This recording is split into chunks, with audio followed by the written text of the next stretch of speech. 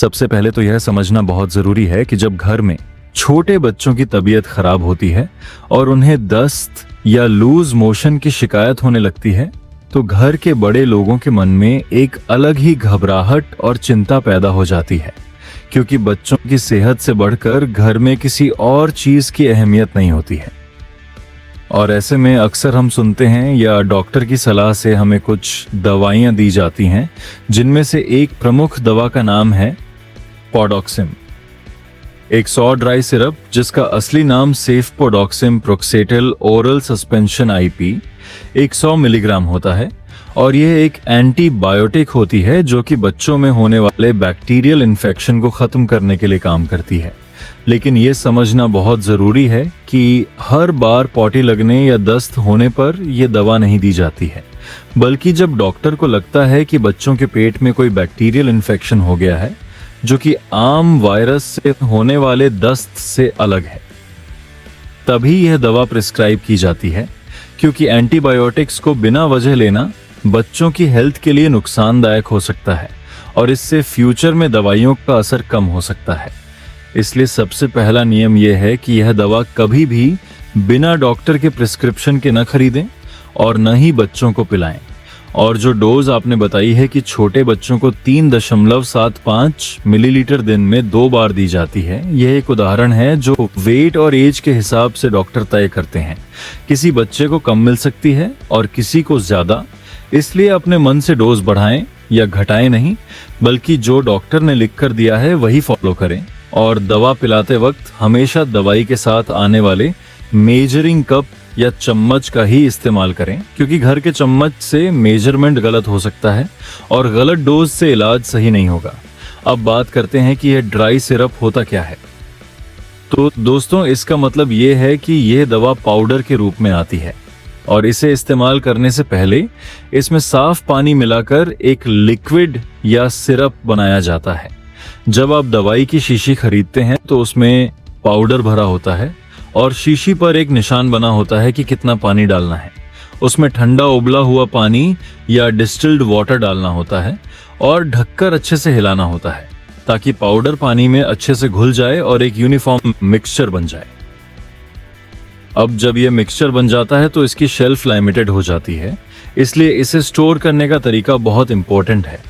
और जैसा कि आपने कहा कि इसे स्टोर के लिए फ्रिज में रखा जाता है, तो ये बिल्कुल सही है, क्योंकि ठंडक में ये दवा खराब नहीं होती है और अपना असर बनाए रखती है। अगर आप इसे खुले में या गर्म जगह पर रखेंगे तो ये खराब हो सकती है और बच्चों को नुकसान पहुंचा सकती है। इसलिए मिक्स करने के बाद इसे हमेशा रेफ्रिजरेटर के मेन कंपार्टमेंट में रखें और ध्यान रहे कि इसे बच्चों की पहुंच से दूर रखें ताकि वो इसे खुद न पी लें। और मिक्स करने की तारीख पर एक मार्कर से निशान लगा लें ताकि आपको याद रहे कि यह दवा कब तक चलानी है। आमतौर पर मिक्स करने के बाद 7 से 14 दिन तक ही यह दवाई चलती है। उसके बाद अगर बची हो तो उसे फेंक देना चाहिए, क्योंकि उसके बाद वो इफेक्टिव नहीं रहती और नुकसान कर सकती है। अब बात करते हैं कि सिर्फ एंटीबायोटिक देने से काम नहीं चलता। जब बच्चों को दस्त लगते हैं तो उनके शरीर से पानी और नमकियात तेजी से बाहर निकल जाता है, जिससे डिहाइड्रेशन यानी पानी की कमी हो जाती है और यह छोटे बच्चों के लिए बहुत खतरनाक हो सकता है।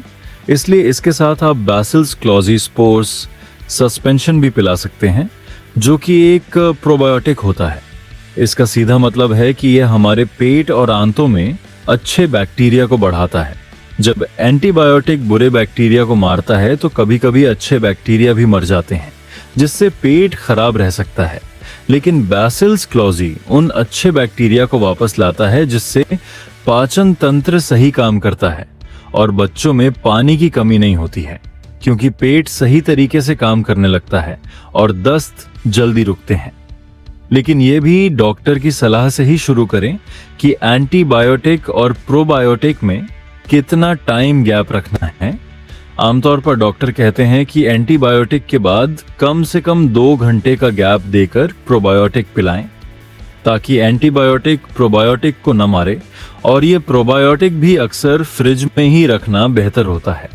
हालांकि कुछ ब्रांड्स रूम टेम्परेचर पर भी चल जाते हैं, पर सेफ साइड के लिए ठंडक ही अच्छी है। अब हाइड्रेशन की बात करते हैं तो दवाई के साथ साथ सबसे जरूरी है ओआरएस का घोल या नारियल पानी या साफ पीने का पानी। बच्चों को बार बार थोड़ा थोड़ा करके पिलाते रहें। अगर बच्चा दूध पीता है तो माँ का दूध देना न छोड़ें, क्योंकि उसमें इम्यूनिटी होती है।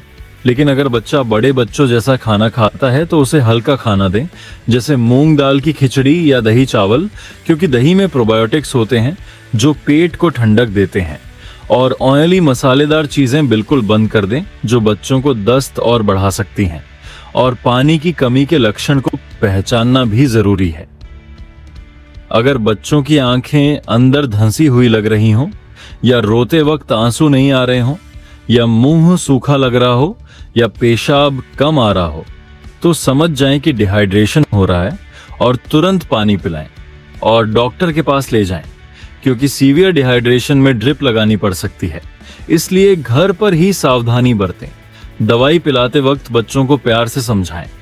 अगर वो दवा का स्वाद कड़वा लगे तो थोड़ा सा पानी या जूस के साथ दे सकते हैं, लेकिन दूध के साथ एंटीबायोटिक न दें, क्योंकि दूध से दवाई का असर कम हो सकता है। इसलिए पानी सबसे बेहतर है।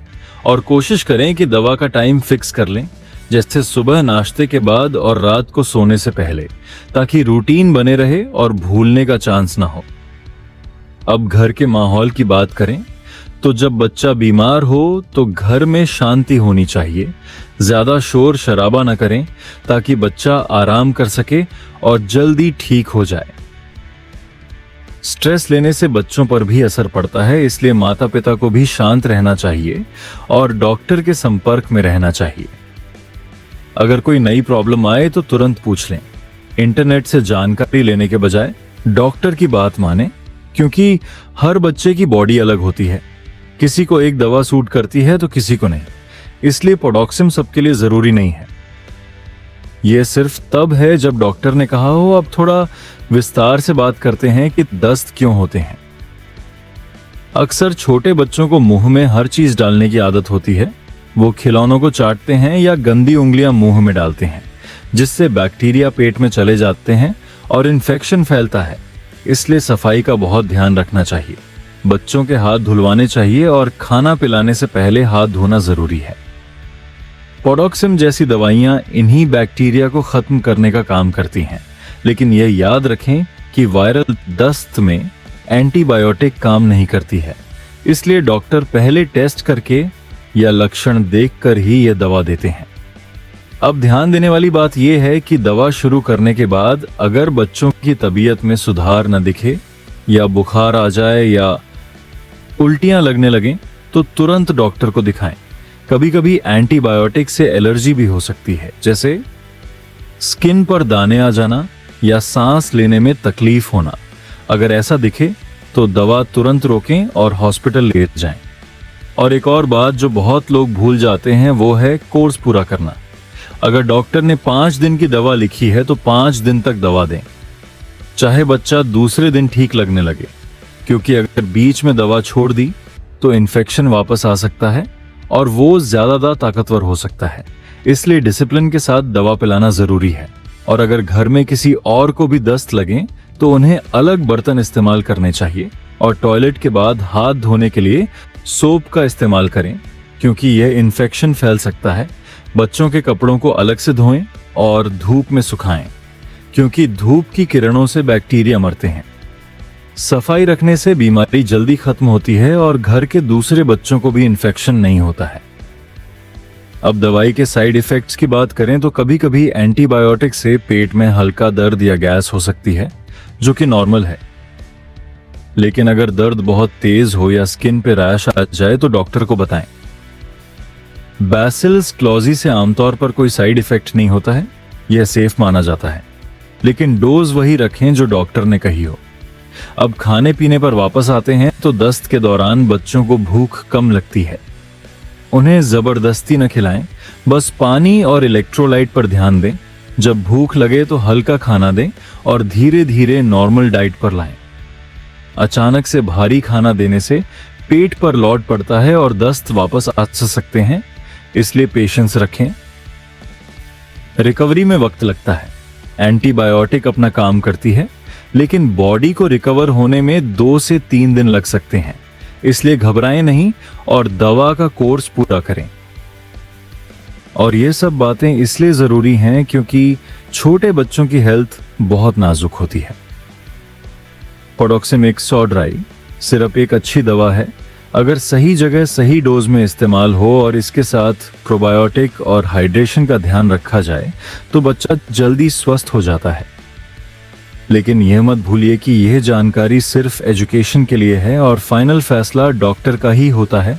इसलिए हमेशा क्वालिफाइड पीडियाट्रिशियन से ही कंसल्ट करें और अपने बच्चों की हेल्थ को प्रायोरिटी दें, क्योंकि एक स्वस्थ बच्चा ही घर की खुशी होता है और दवाइयों से ज्यादा जरूरी है माँ बाप का प्यार और देखभाल जो बच्चों को जल्दी ठीक करती है। इसलिए घबराहट में आकर कोई भी कदम न उठाएं, बल्कि ठंडे दिमाग से डॉक्टर की बात मानें और दवा को सही तरीके से स्टोर करें और पिलाएं, ताकि बच्चा जल्दी से जल्दी अपने पैरों पर खड़ा हो सके और खेलने कूदने लगे, क्योंकि बचपन का वक्त खेलने का होता है, बीमारी का नहीं। इसलिए सावधानी बरतें और अपने बच्चों को हेल्दी रखें। यही सबसे बड़ी दुआ और कोशिश होनी चाहिए हर माता पिता की। और हमेशा याद रखें कि दवा सिर्फ एक सहारा है, असली ताकत बच्चों की इम्यूनिटी और आपकी देखभाल में है। इसलिए घरेलू उपाय और डॉक्टर की दवा का संतुलन बनाए रखें और कभी भी पुरानी दवा जो एक्सपायरी क्रॉस कर चुकी हो उसे न करें, चाहे वो कितनी भी महंगी क्यों ना हो, क्योंकि एक्सपायरी के बाद केमिकल कंपोजिशन बदल जाता है और वो जहर बन सकता है। इसलिए फ्रिज में रखी दवा की डेट चेक करते रहें और नई दवा लेने में हिचकिचाहट न करें, क्योंकि सेहत से बढ़कर कुछ नहीं है और छोटे बच्चों की सेहत तो सबसे नाजुक होती है। इसलिए हर छोटी बात पर ध्यान देना ही बेहतर होता है, चाहे वो दवा का टेस्ट हो या स्टोरेज का टेम्परेचर या फिर खाने का समय। सब कुछ शेड्यूल में होना चाहिए ताकि बच्चों को और आपको परेशानी ना हो और घर का माहौल शांत रहे, क्योंकि शांति में ही जल्दी आराम मिलता है और बच्चा जल्दी रिकवर करता है। इसलिए इन सब बातों को ध्यान में रखते हुए अपने बच्चों की केयर करें और हमेशा खुश रहें, क्योंकि खुश पेरेंट्स के बच्चे जल्दी ठीक होते हैं। यह एक सच है जो हर कोई मानता है। तो दोस्तों, अगर आपके छोटे बच्चे को दस्त या लूज मोशन की शिकायत है और डॉक्टर ने पोडॉक्सिम 100 ड्राई सिरप लिखी है, तो बस एक छोटा सा कदम उठाएं। आज ही अपने नजदीकी बाल रोग विशेषज्ञ से संपर्क करें, दवा को सही तरीके से फ्रिज में स्टोर करें और बच्चे को बैसिलस क्लॉजी के साथ हाइड्रेटेड रखें। याद रखिए, सही समय पर सही इलाज ही आपके बच्चे को जल्दी ठीक कर सकता है। देरी न करें, आज ही डॉक्टर से अपॉइंटमेंट बुक करें, दवा का पूरा कोर्स पूरा करें और अपने बच्चे की मुस्कान को वापस लाएं, क्योंकि एक स्वस्थ बच्चा ही परिवार की असली दौलत है। अगर यह जानकारी आपके काम आई हो तो इसे अपने दोस्तों और परिवार के साथ जरूर शेयर करें, ताकि हर माता पिता अपने बच्चे की सेहत का सही ख्याल रख सके। स्वस्थ रहें, सजग रहें और अपने बच्चों को प्यार और सही देखभाल से भरपूर जिंदगी दें। यही है हम सबकी सबसे बड़ी जिम्मेदारी।